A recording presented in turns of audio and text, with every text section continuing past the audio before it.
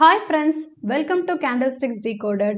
ஃப்ரைடேயோட market அனாலிசிஸாக நம்மளோட Telegram சேனலில் ஃப்ரைடே மார்னிங் நம்ம என்ன போட்டிருந்தோம் அப்படின்னா இந்த 23,960 லெவலில் மார்க்கெட்டில் ஒரு புல்லிஷ் சிக்னல் கிடைக்கும் பொழுது நம்ம புல்லிஷ் ட்ரேட் இனிஷியேட் பண்ணிவிட்டு நம்மளோட டார்கெட்டாக 24,135 வரைக்கும் போகலாம் அப்படின்னு நம்ம கொடுத்துருந்தோம்.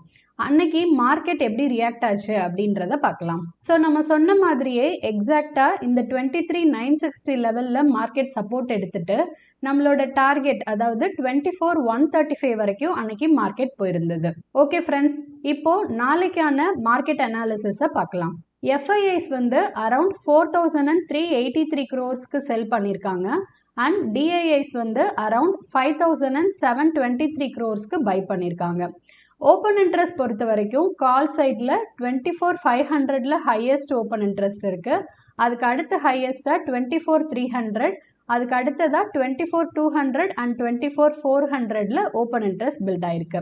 அண்ட் புட் சைட் பொறுத்த வரைக்கும் ஹையஸ்ட் ஓப்பன் இன்ட்ரெஸ்ட் 24,000லையும் அதுக்கு அடுத்த ஹையஸ்டா 23,800, 23,900 அண்ட் 24,100ல ஹையஸ்டா ஓப்பன் இன்ட்ரெஸ்ட் பில்ட் ஆயிருக்கு.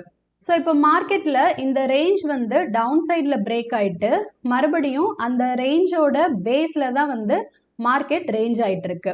சப்போஸ் நாளைக்கு இந்த 24,190 அப்சைடில் மார்க்கெட் பிரேக் பண்ணுச்சு அப்படின்னா 24,350 வரைக்கும் நம்ம டார்கெட்டாக எக்ஸ்பெக்ட் பண்ணலாம். இந்த ட்ரெண்ட் லைன் வந்து டவுன் சைடில் பிரேக் ஆச்சு அப்படின்னா 23,960 வரைக்கும் நம்ம டார்கெட்டாக எக்ஸ்பெக்ட் பண்ண முடியும்.